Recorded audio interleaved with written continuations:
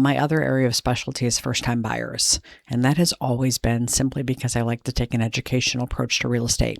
So I like to explain and guide you through all the things. So when we look at a house, I'm going to point out all the negatives, and I'm going to point out neighborhood qualities, and I'm going to point out resale. And especially if you're military and I know you've got to sell this house in 3 to 5 years, we're going to talk about what does that look like? Is this house going to gain enough value? Is the neighborhood going to hold value? Or maybe I want to keep it as a rental. We're going to talk about that as far as profitability for rental down the road. I just had a client that bought a house less than a year ago, PCSed out already, so they've already put theirs on the rental market.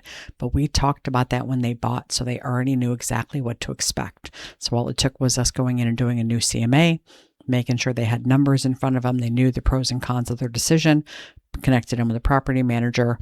Their house is on the rental market, they're off to the next duty station. Those kind of things are really important that we can provide that value and that long-term service. The other areas that I really like is I really like working up with move up buyers, which are typically past clients of mine. So they bought, their starter home with me, and 5 years later we sold that and we bought a bigger house because now they're expanding their family. Maybe 5 years later we're buying bigger or we're buying smaller. It depends on phase of life. We have a lot of downsize buyers too that are people my age and older that are saying, oh, I need a 1-story. Get me out of this big 2-story that I raised my family in. So we sell that big 2-story. We go find them a ranch that suits their current needs.